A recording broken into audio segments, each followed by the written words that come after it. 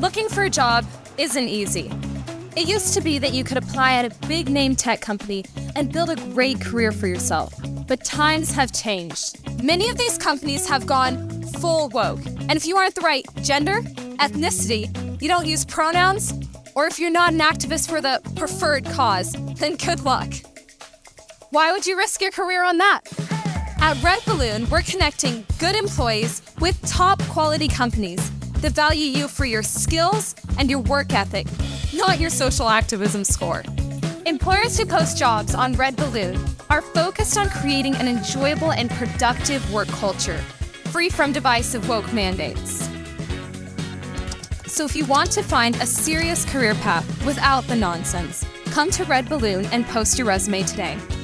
Because you shouldn't have to choose between your job and your values. That's redballoon.work, where you can find your future.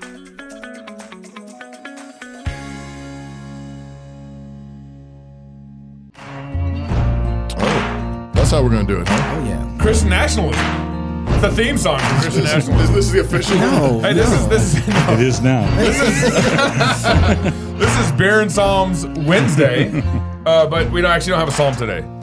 Me and Knox ordered Toby not to do a psalm today. But we have Pastor Doug in the house. Yes. Hi. Yes. Hey.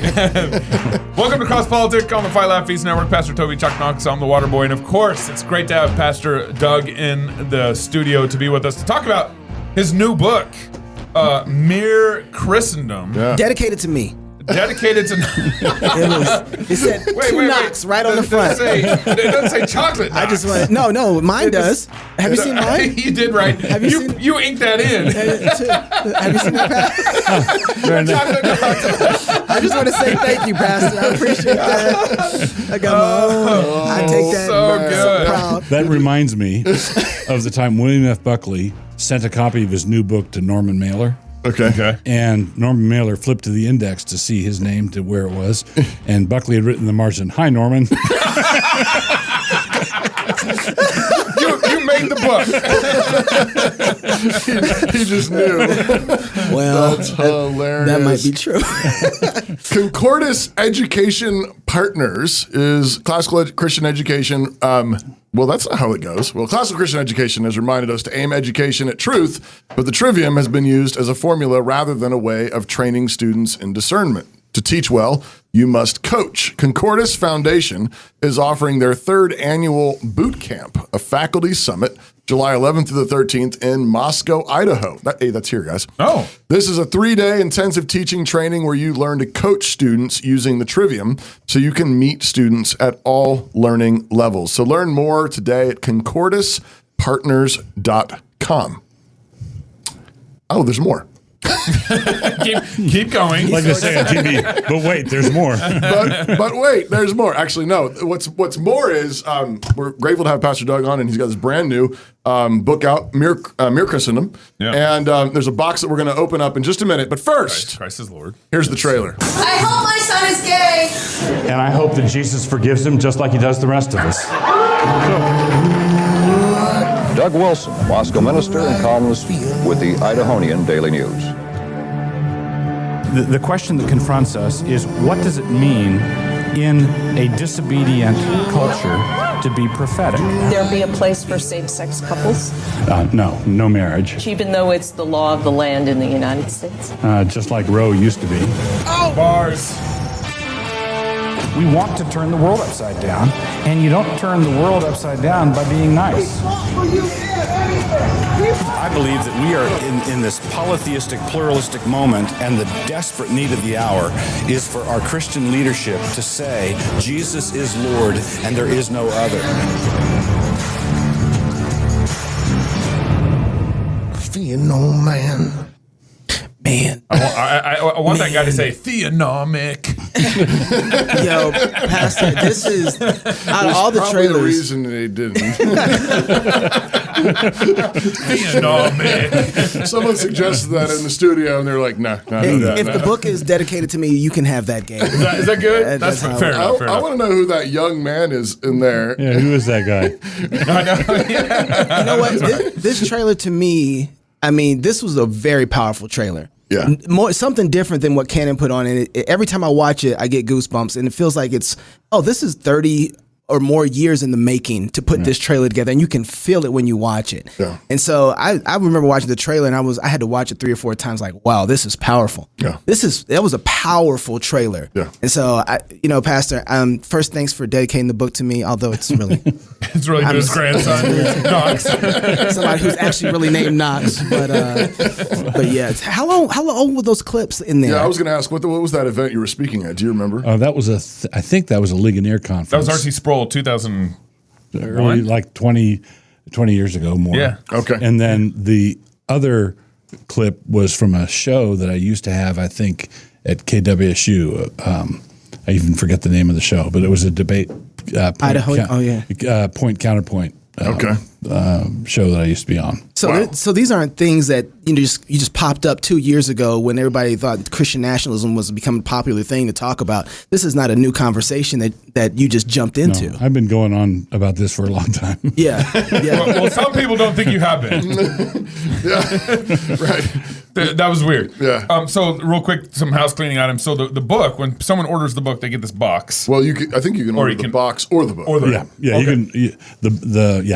You can do a book or the box. And so the box will come with the actual box will come with a Psalter, a hardback copy. Let me hold that. It feels so good. Yeah, I'll just hold on to that. It feels so different than my paperback. It comes with Psalter. It comes with a plate, like Christ is Lord plate. Is that what? Christ is Lord, and that I signed, and you can put the signature in the book or somewhere else. Okay.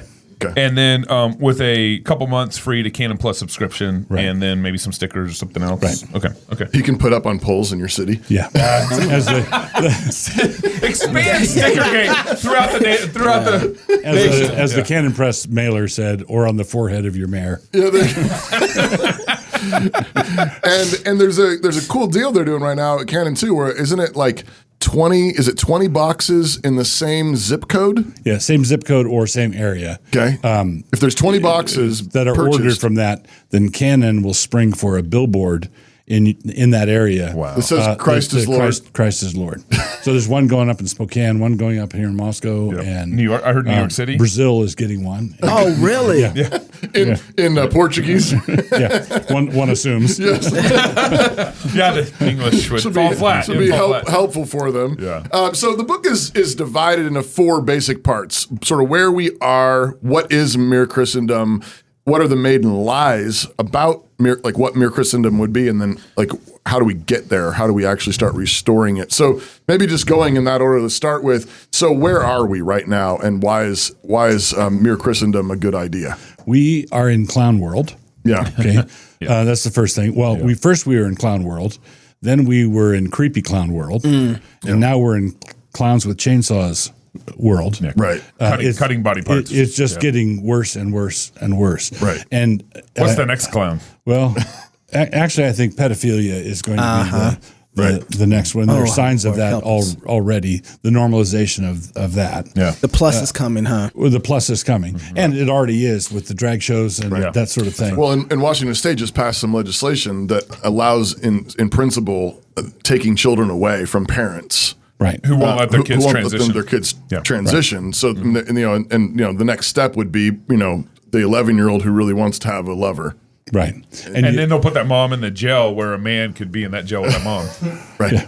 Yeah. So things are really bad. And I mentioned in a sermon a few weeks ago, everybody's learned to say, learn not to say anymore. Yeah. Now I've seen everything. Right. Because the next thing is just mind-boggling.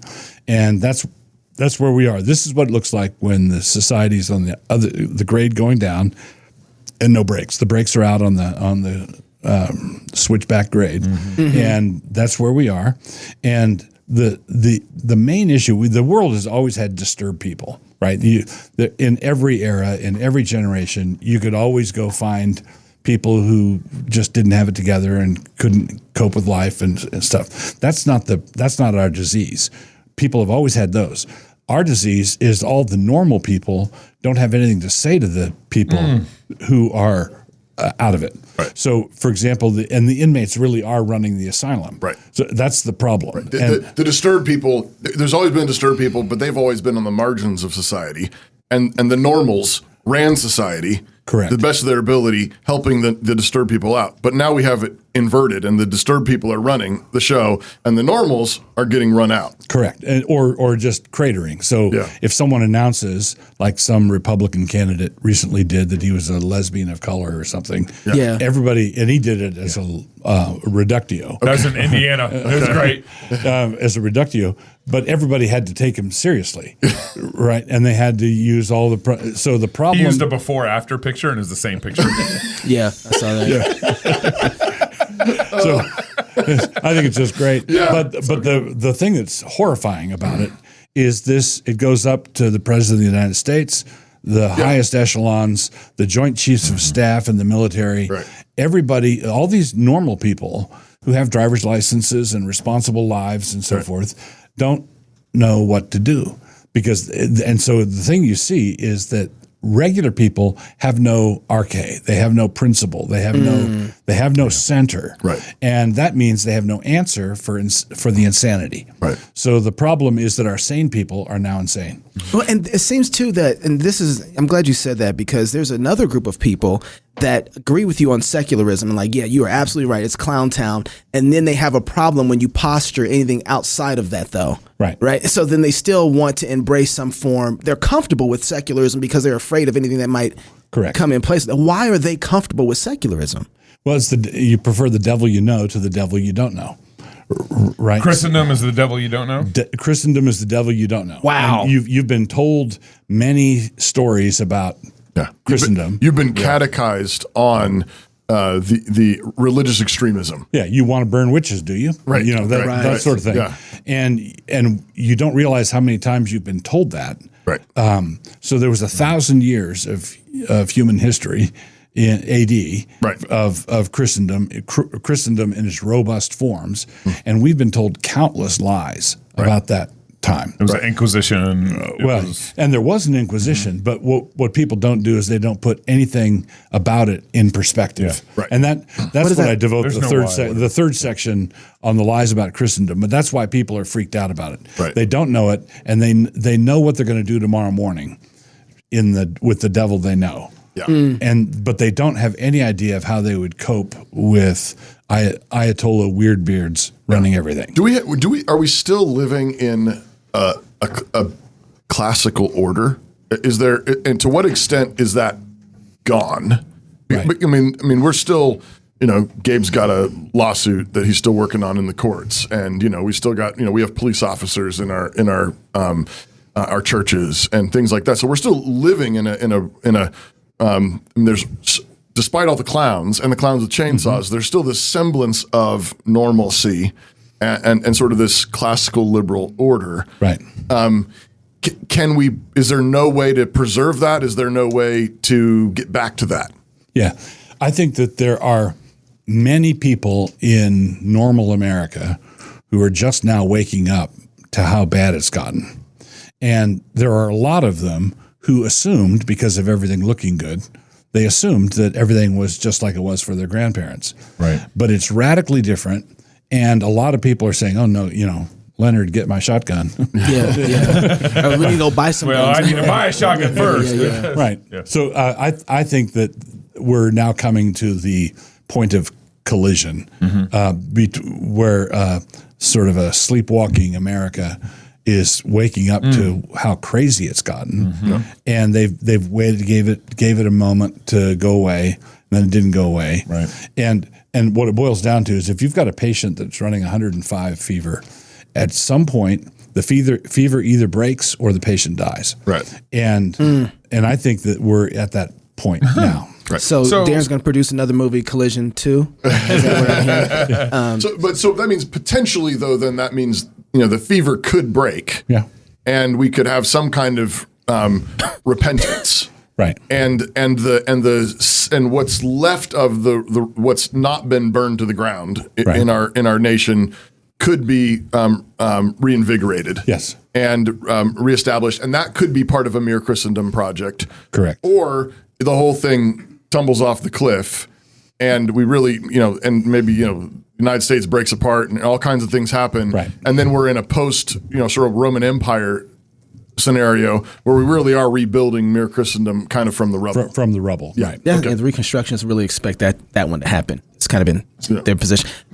My turn. I'm Hurry up. I'm hopping in. Junior. So it's we're now all this, like, I think I don't know if you call this necessarily a reaction, but now we're getting into this kind of intramural debate on Christian nationalism. Yeah. Presbyterians, Baptists, whatever's going on. You're leaning into the terminology mere Christendom. It's not that you're necessarily shying away from Christian nationalism. No, Christian nationalism is one piece.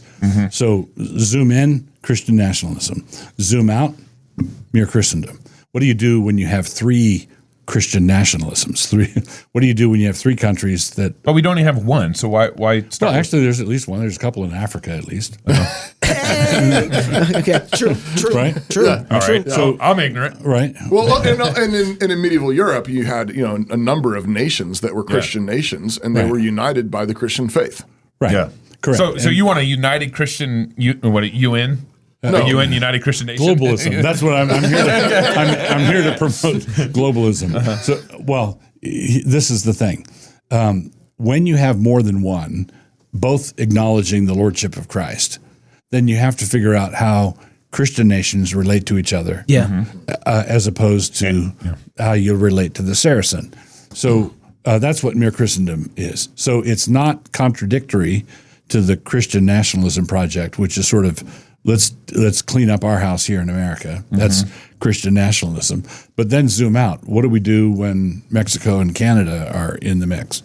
Yeah. What do we call that? Man, you got so much faith. Like, you're talking about international galacticism. Yeah. Christian We can't intergalacticism. even get Christian nationalism right. We had David Bonson on 3 months ago, and he really pushed back against the terminology Christian nationalism. He wasn't pushing back against Jesus being Lord over America. He hated the terminology nationalism because of its ism, because of its historical meaning, and historical problematic realities of what other nationalist countries were doing. Sure. Beware of all isms except for prisms. Right. Yep. Yeah. So, Yep. there is a problem with femininity is one thing, feminism another. Yeah. Isms are generally bad, but people don't say that about patriotism, right? But they say it usually contaminates most of the words, right? So that's cheerfully granted. But if you say something like, America's in a bad way, we are slaughtering babies, we're selling the pieces, we're mutilating perfectly healthy kids, the porn industry is running rampant, we've got all these things, we need to call on the Lord Jesus Christ to deliver us from these social evils. If you want to do that and not be called a Christian nationalist, then good luck to you. Right. Because you're not in charge of the terminology. Yeah. So Puritan was originally a term of abuse, which the Puritans adopted. Methodist was originally a term Christian. term of abuse. Who do we have on the other day? We had this guy, Jaron Jackson. He on the show. He actually pointed that out. He says, my read on the word Christian is that Christian, they were first called Christians in Antioch, and it was probably a term of derision. Right. And they were like, well, yeah, I guess we are Christians. Yeah. So when Meet the Press did their story on us, they came out and they interviews and all kinds of back and forth, and we didn't say boo about Christian nationalism. Right. But that was the headline Of the whole section. That was the whole. Yep, I saw that. Very interesting. Interesting. But I don't think it was a distortion or a misrepresentation, because we're Christians and we're trying to address the nation's ills. Right. Yeah. Right. Yeah. It's a reasonable title. It's a reasonable title, and I prefer it to white supremacist.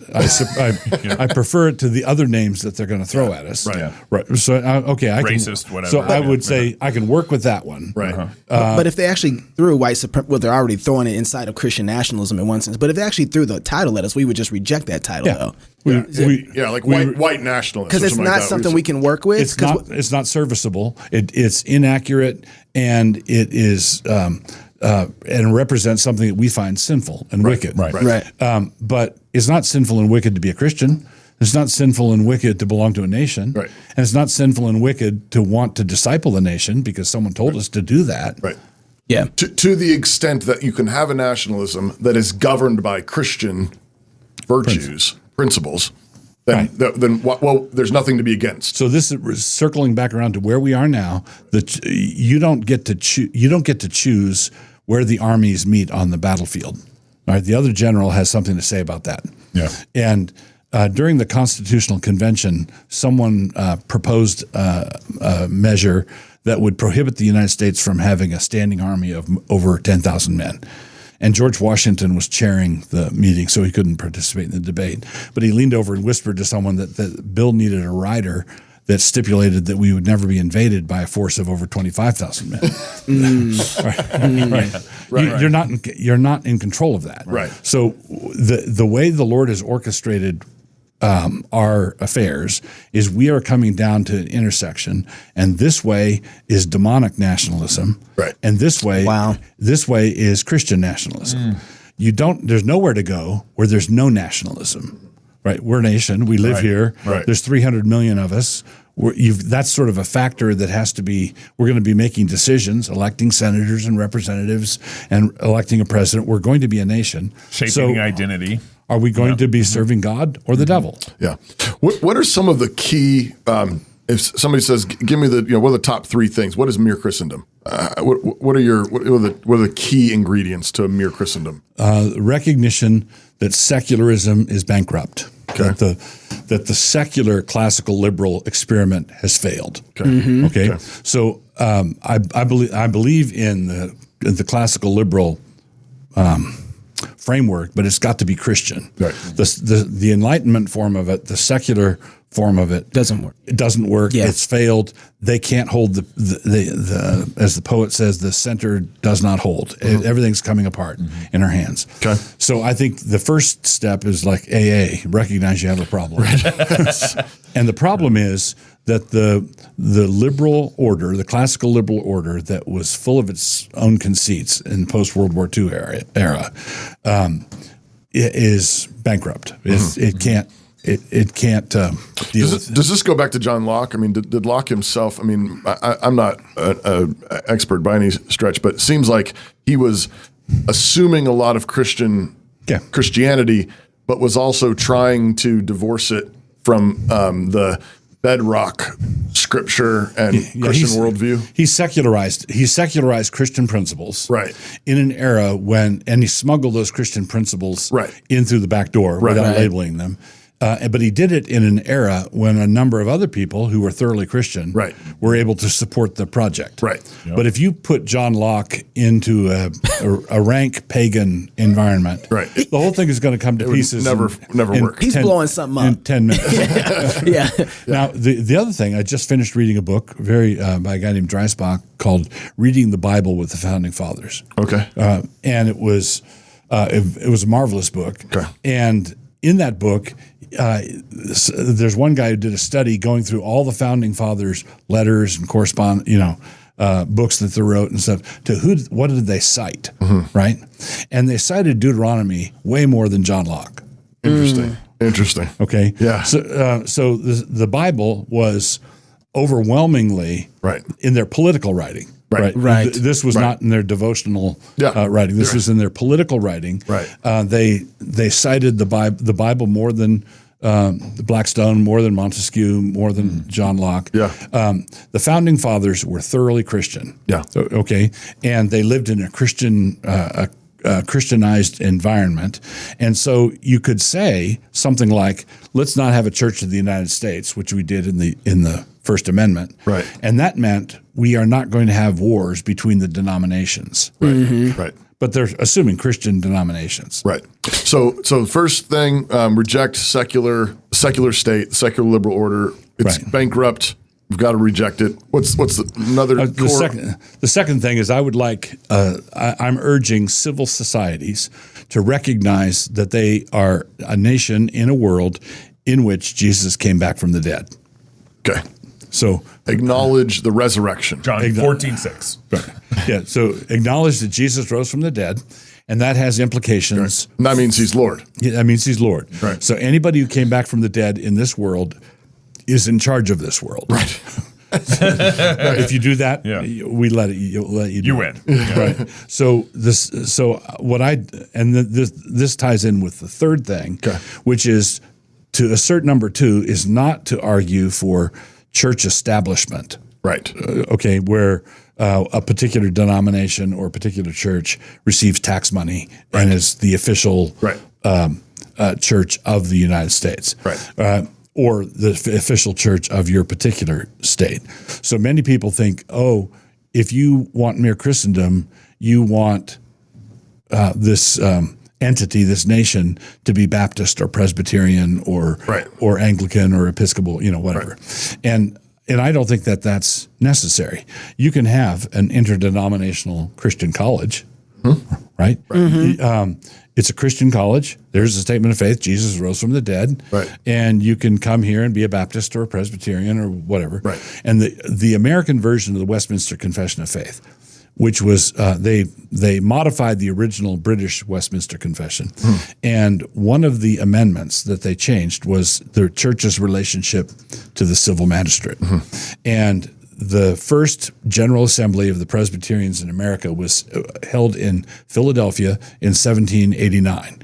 The same year, same city as the Constitutional Convention. Interesting. They were all breathing the same air. Right. Yeah. Right. And the American modification, this is the proposal I would urge, is that the magistrate is not to interfere in any way with matters of faith and practice, but is to be a nursing father, using Isaiah's language, a nursing father to the churches of our common Lord.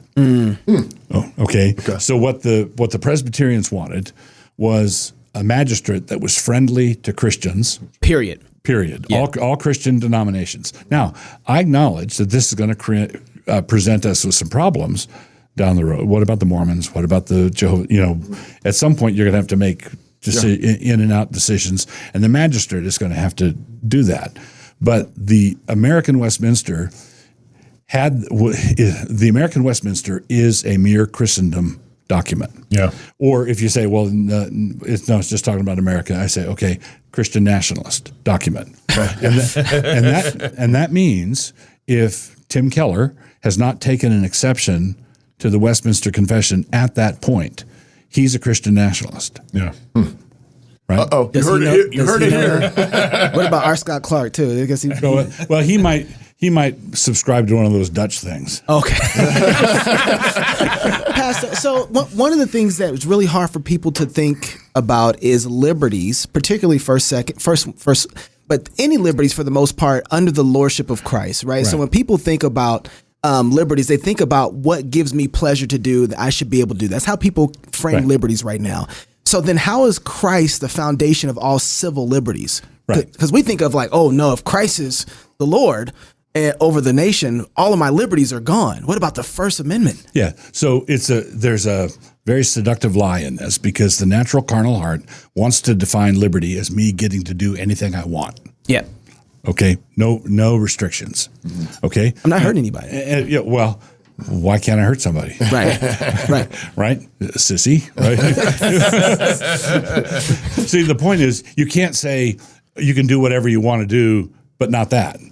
Right. Well, because then we bring up, by what standard? Yeah. What standard are we applying? So if someone told me that you can go do absolutely anything you want to do this weekend, you're going to wake up Sunday afternoon, early Monday morning in jail. Mm-hmm. Yeah, right. Doing absolutely whatever you want. Whatever you want to do. That's a false definition of liberty, because the liberties that the progressive left wants us to engage in, porn, smoking pot, being immoral, that sort of thing, can all be exercised in a 6x8 prison cell. Right. But the kind of liberty I want people to have: open up a bicycle repair shop, hire 6 people, raise children, pay the people whatever you want, sell the business, move to another part of the country. Mm-hmm. That's the kind of liberty that's, liberty.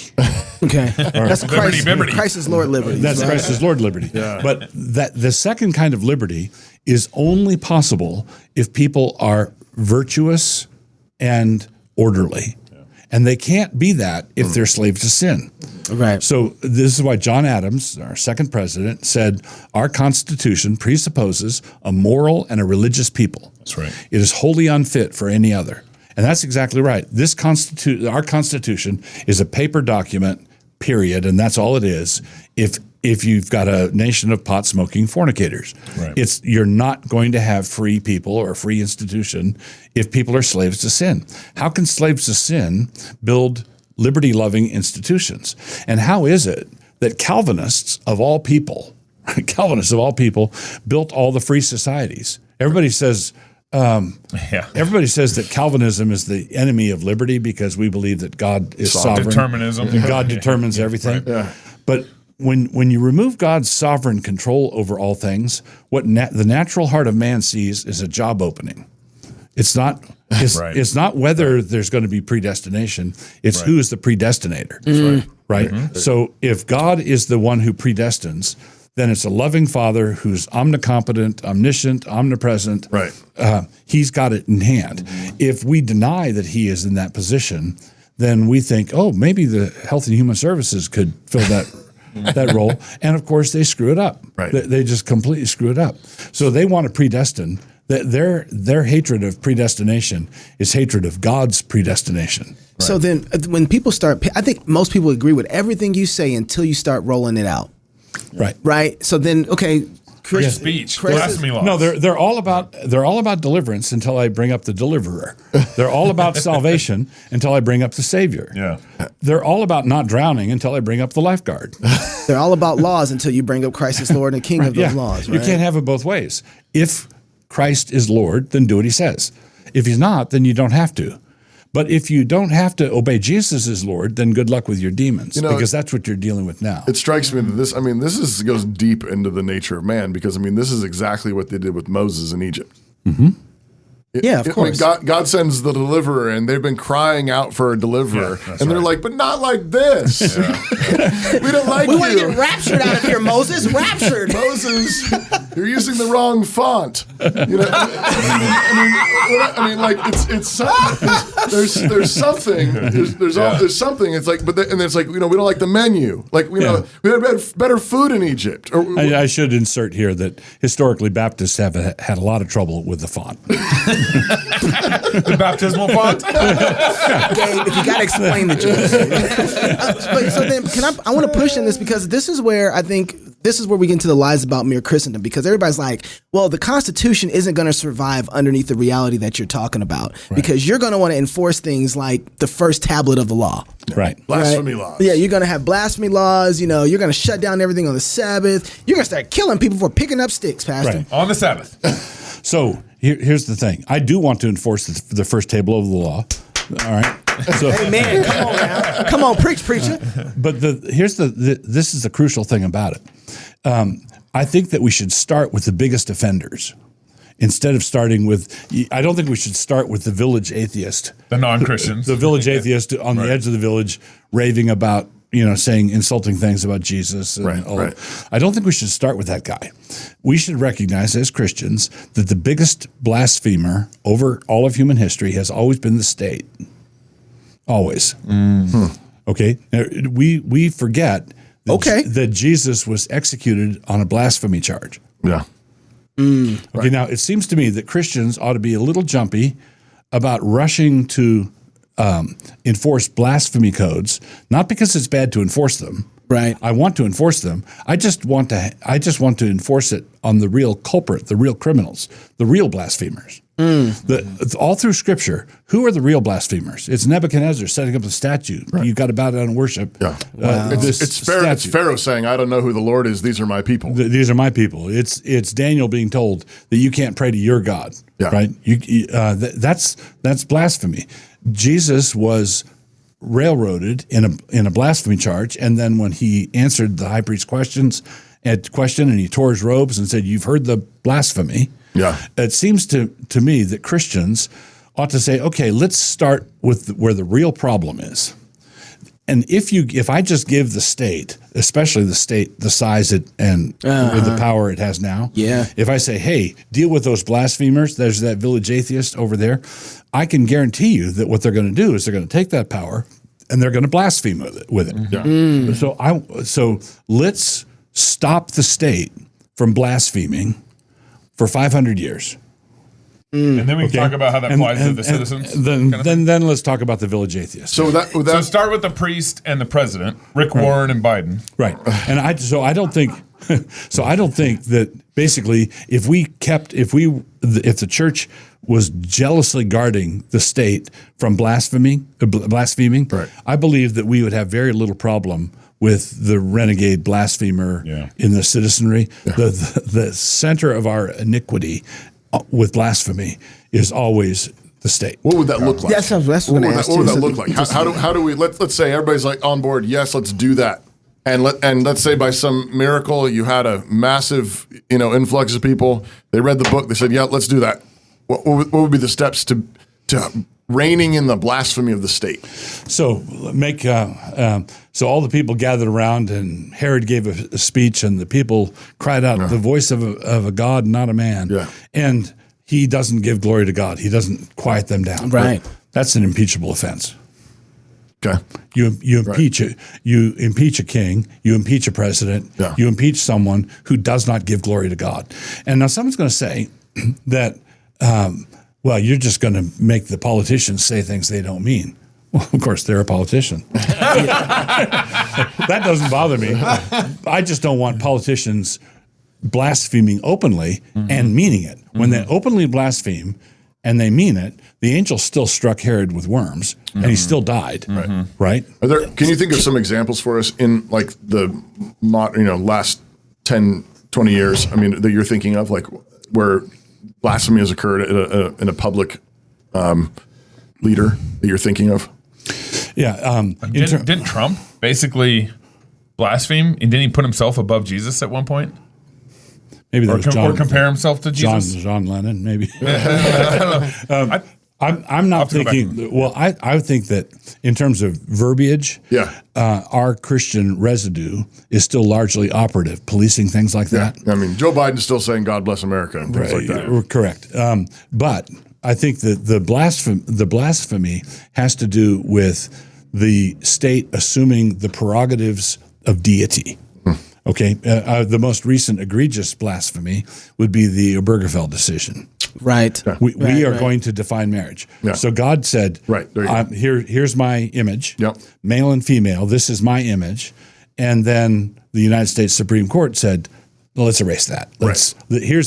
They're going to create their own image of their own God. And I would say that would be a blasphemy. Yeah, so, that's a great example. Pastor, but this part of the question, I don't like even some of the way that people are asking the questions, like you want to enforce the first table of the law, like it's just like not there to be enforced. Right. You don't get the second half apart from the first, right? Just so everybody knows that. The other thing is they act as if the question assumes whether or not we should have even blasphemy laws when we already do. It's an inescapable reality. Right. We already have isn't it treasonous? That's a form of blasphemy. If we don't have God's first table, you're going to get someone else's first table. Yeah, and somebody's first. If I can guarantee you that I could go down to Friendship Square in Moscow here and get arrested within 15 minutes on the basis of what I was saying only. Right. Right. Because speech. Because blasphemy laws are inescapable. Right. It's not whether but which. It's not whether you have blasphemy laws. It's which God must not be blasphemed. Yeah. We can argue over the enforcing of it, but to ask if we should have them is a ridiculous question. Right. That's, as far as I'm seeing, it doesn't make any sense. Exactly. You were going to read an ad. Oh, I was. Let's have Doug read. Let's stop and take a moment to talk about the Fight Laugh Feast Club membership. I think we're actually going to change the name of this. Yeah, we are. Can I tell them? Go ahead. Yeah, sure. We're just Let's do it. Name it and claim it. Name it and claim it. Yeah. So from now on, it's not the Fight Laugh Feast Club. Join the cudgel. It's the Fight Laugh Feast Pub. Woo! That's what it's going to be from now on. That was huge. Yeah, the Fight Laugh Feast big Pub. By joining the Fight Laugh Feast Pub, not only will you be aiding in our fight to take down secular and legacy media, but you'll also get access to content placed in our pub portal. So look at that. Such as past shows, all our conference talks, exclusive content for club members that you won't be able to find anywhere else. Lastly, you also get discounts for our conferences. Get $100 off. Yep. At the Ark Encounter. The Ark Encounter registration. So if you've got $10 a month to kick over our way, you can sign up now at fightlaughfeast.com. That pub is about to get thick. We're about to really pump that joker up. There we go. Pastor, so one of the things that I've been developing, I always have had very strong theonomic positions. One of the failures I've had is the road to get there. Yeah. How do we get here, right? Like how do we most get theonomists, to actually. which is really a problem for most theonomists. They're not practical in a lot of ways. How do we get from where we currently are, Clown Town, to theonomic law, right?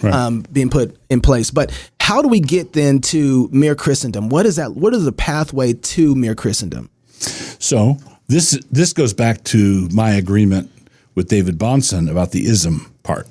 Okay, and this is one of the places where I both appreciated the Reconstructionists back in the 80s, but also would say, careful. Right. Because the besetting sin of people who like to think about future societies is their ideology, their ideologues. Right. And it's really easy to create an ideal society in your head and then say, and then the king only serves 3 years, and then no term limits or term limits. And you're down in the basement working out your ideal utopia. Yeah. Right. All right. And so I don't see how there's any way, for example, if we took a relatively healthy Christian republic, which I think ours was comparatively healthy in 1890s. Okay. There's no way you could take that republic and have a shrewd biblical scholar 500 years prior be able to anticipate that. It's far more organic and natural than that. And messy. Funky, messy. Yeah. And this is why I believe the scriptures give us principles primarily, not methods. So Lord, what should we do? Love God, love your neighbor. Yeah. What should we do? Right. Don't steal his stuff. Right. What should we fear the Lord? Fear the Lord. Yeah. Tell the truth. Tell the truth. Don't lie in court. Worship.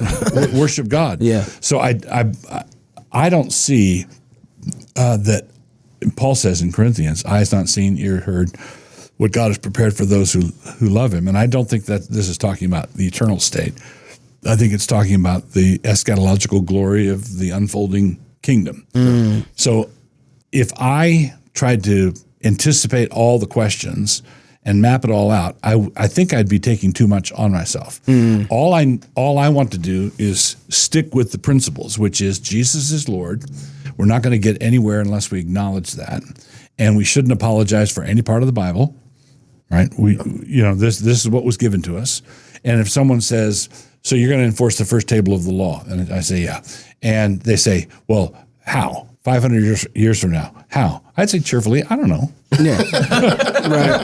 Right. How would I know that? Yeah. But you know that we should. I know that we should. Which is 95% of the way there. And I know that we should not do it. I know that we should not do it the way the Spanish Inquisition did.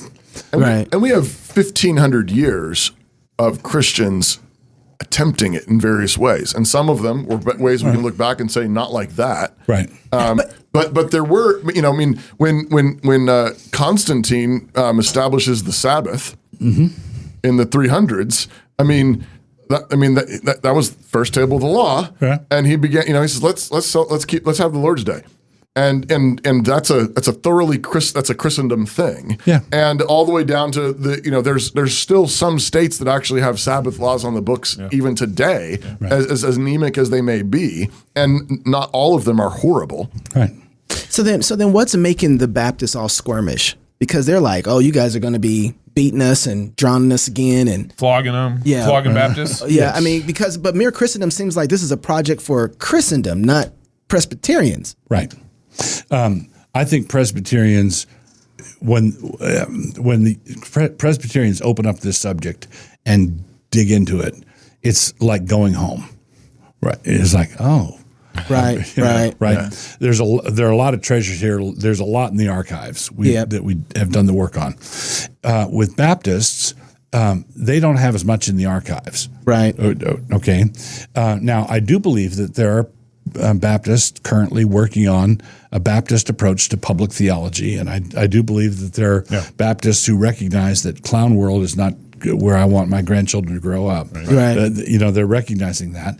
I think, and Stephen Wolfe says in his book that he, as someone who's not a Baptist, he says the Baptists absolutely have a place in this, but I'm not in a position to do the spade work that they're going to have to do. And I think they're going to have to do more than Presbyterians have to do, because for a large chunk of their history, they were a persecuted sect on the margins, Right. and not allowed anywhere near the centers of power. So Why was that? Well, part of it was just the numbers. Okay. Right. Part of it was one of the features of the older Christendom is that your baptism, your infant baptism, was all tied up with your citizenship, and right to own property, right to participate and stuff. So if someone baptized. Got rebaptized as an adult on profession, you weren't just making a doctrinal statement of your denomination. You were seceding from the nation. From the itself. nation, right? Yeah. And Okay. And so it was being treated as treason or seditious or and there was, Baptists are getting flashbacks. and so what happened was the first nation that had a large number of Baptists was the United States. Yeah. Okay. Interesting. So partially because of the persecution, and so they were coming over to find a new land. Correct. New home. And so and the Baptists, after there were some skirmishes in 1600s and 1700s where some of the colonies were applying the old European ways. Right. But after the Constitution was ratified, late 1700s, early 1800s, the Baptists here were very happy with the settlement. And they were very happy with the general Christian aspect of it. Okay. And so America had a form of Christendom that worked for 200 years. Yeah. Okay. It was for Presbyterians and Baptists. So is it and Episcopalians and Methodists. And even some of the Quakers. So it's safe to say that Presbyterians in America have seen to make sure their Baptist brothers could live in peace here and be a part of the. Correct. So there's really nothing to fear here. I think that America does not have a deep tradition of persecuting Baptists. I think it was marginal and incidental, but Baptists on this point have long memories. Yeah. So and this ties in with someone asked me, where was your church before the Reformation? I would say, well, where was your face before you washed it? Right? Same place. But if you ask a Baptist, where was your church before the Reformation? He would say something like, hiding from you guys mostly. Right? That's too long of a memory. Yeah, we're in caves and woods and sort of the trail of blood on the way back. And that was a large part of their history and identity. I would encourage American Baptists to focus on American Baptist history, because we really were hammering out I think an important variation on how different denominations function in a mere Christendom. Yeah, that's the kind of Christendom I want. Yeah. The other thing I've pointed to in recent years has been the book of The Puritan Hope. By Ian Murray, and he does a great job. And this is a little less on the political side and more on the missions side, but he does a great job demonstrating that Baptists and Presbyterians held actually a very similar post-millennial optimistic vision, and that drove their missionary work out of England. And Baptists and Presbyterians worked hand in hand on a bunch of missions boards to get missionaries all over the world in the 17 and early 1800s, going out of England. Pastor, you end your book on basically some hot gospel. And that's where I want to end this at, because part of the restoration process, we don't get here apart from it. And everything that you're alluding to is based on the reality of the gospel being in effect. So how do we force that gospel on citizens? Yes, Gabe. That was the question. That was First, you get them to open wide. Because that's the goal, right? So the number one misapprehension about Mere Christendom and Christian nationalism is that you guys are trying to seize power and force it down everybody's throats, in a top-down way. So just for the record, there's absolutely no way that any of this is going to happen apart from a massive reformation and revival among the people. So basically, you can't take an unregenerate people who are surly and insolent and who hate God and then bring some godly ruler in and do anything lasting. What's going to happen is Josiah is going to come in. He's going to institute his reforms, and then he dies, and then everything reverts. That's right. So, in order to build anything lasting, you've got to have hot gospel preachers fanning out everywhere, planting churches, establishing networks, teaching, discipling, and so forth. It's not going to happen without a massive move of the Spirit, which I think would make the Great Reformation of the 16th century pale in comparison. Seems to me like this is one of those things where, and you've talked about this before, the idea of the black swan from Nassim Taleb, where there's things where you can look at this landscape the way it is right now, this moment, and it looks like we're going off a cliff. Right. It's clowns with chainsaws. Everything's bleak, and we're probably going to be, digging out of the rubble. Right. Which is very possible, and that's what it looks like. At the same time, a black swan event is one of these things that you don't see coming, but then when it happens, everybody looks back and says, "Oh, look, there were all the signs that it was coming." Right. And it seems like if with eyes of faith, there's actually quite a bit to look at to see. I mean, the fact that we're having intramural debates about Christian nationalism That's a blessing. is already kind of an interesting dynamic amongst like really disparate groups of Presbyterians and Baptists and some Anglicans and Lutherans even hanging on, and because the COVID moment kind of all of a sudden God gave this took the blinders off. Took the blinders off and said, look at what you're dealing with. And it's this huge, blessing where there's, been massive migrations, a whole bunch of churches closed down that needed to close down. A whole bunch of people left really anemic churches to find churches and communities where they actually preach the gospel and have a backbone. You've got this, moment where it seems very possible that God could do something significant. We have massive homeschooling, Christian schooling movement, the ACCS. You've got a bunch of online classical, conversations and Logos online and things like this. There's something there that looks very much like it could also be the very early churnings of a Reformation. Yes, as you pointed out, and the trailer pointed out, I've been saying a lot of these things for decades, and I'm getting an audience now that was not possible 10 years ago, 20 years ago, 30 years ago. Right. That's one thing. So if a massive Reformation hits, a Black Swan Reformation, immediately afterwards, 200 historians are going to be able to write books about showing how it was inevitable. Right. And they'll point to things that really was, it really is inevitable. But it takes a prophet or someone with prophetic visionary eye to, I'll just reapply Peter Drucker here, the management guru. Yeah. He said, look for the future that has already happened. Okay. And I think that we're in a position like that. I think a lot of the future I'm talking about has already happened. Yeah. That's good.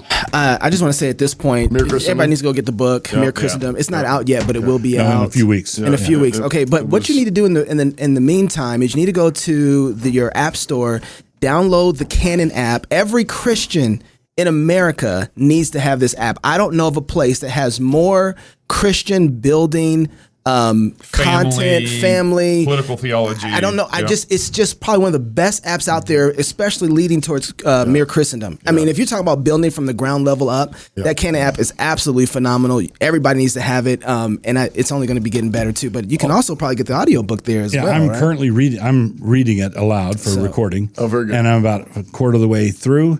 And Lord willing, and the creeks don't rise, it'll be done by the time the book releases. Can people pre-order it right now? Yeah, they can. And do we want them to pre-order it on Canon or Amazon? Sometimes they put Amazon Play there. There's a special website, christislord.com. Okay. Christislord.com. Okay. And you can read all the things that are available there. Go get the book. Go get it. Dang. So if you're single, get married. If you're married, have you some kids. And if you have kids, go baptize them. Until tomorrow, love God with all your heart, soul, mind, and strength. Love your neighbor as yourself. Amen. Go fight, laugh, and feast. This is Cross Politic. Pastor, thank you for joining us. Thank you. Yeah. Do you smell that? I hope you're not used to it. I'm talking about that vicious, eye-burning, skin-peeling smell that surrounds all of us. The smell of proxy wars with overtones of the parties in Hunter Biden's photos, feminism, trans madness, faux pandemic, real panic, climate tyranny, social media slavery, Epstein's suicide, fair elections with hints of brimstone charred oak, and the Pelosi's stock profits, all stewing in a Houston Planned Parenthood's dumpster in August. That is the smell of the thing we once called America, dead and composting. The post-mortem on America isn't complicated. First founded by starving pilgrims and slaves, refugees and immigrants crying out to God for deliverance, this nation was pitched like a tent by men and women struggling in the mud and the dust, who survived drought and depression, and twice left home to bleed and die and save the world. Yes, there was hypocrisy, pietism, self-righteousness, injustice. But this land became strong despite it all by God's grace and by the sacrifice of farm boys crawling up foreign beaches in the sweat of their fathers, tilling soil and feeding beef. American boys tamed the sky and walked in space. We touched the world with our Navy, our love of sports and stories, underdogs, and barbecue. And now, we touch it all with our rot. The greatest nation in history has been laid low by one simple evil: lies. The deadliest was the first, the lie that our greatness was our own doing, and so many more came after. The lies of secularism, moral neutrality, and self-fulfillment, of feminism and Marxism, the lies of the sexual revolution and evolution, pointless wars and taxation, inflation and a manipulated currency, the lies that lashed out at God, tearing away at our belief in beauty, goodness, and truth, the lies that sought to place our own lusts and the lusts of our masters on God's throne, lies to control, to placate, and to destroy. The storm of lies has reached hurricane force now. Whole states are being evacuated. The deception swirls so fast and furious that the liars don't even bother to hide it. Question: where do lies get their power? Answer: from the idiocy of the deceived. How many lies can a people believe before it's their own fault? 1, 2, 44,000? Lies lose all their power when the deceived become wise, when their minds are no longer easy to bridle and control, when they learn to think and can seek the truth through any fog, and when they learn to laugh at those lies. The winds will reverse, the fog will clear.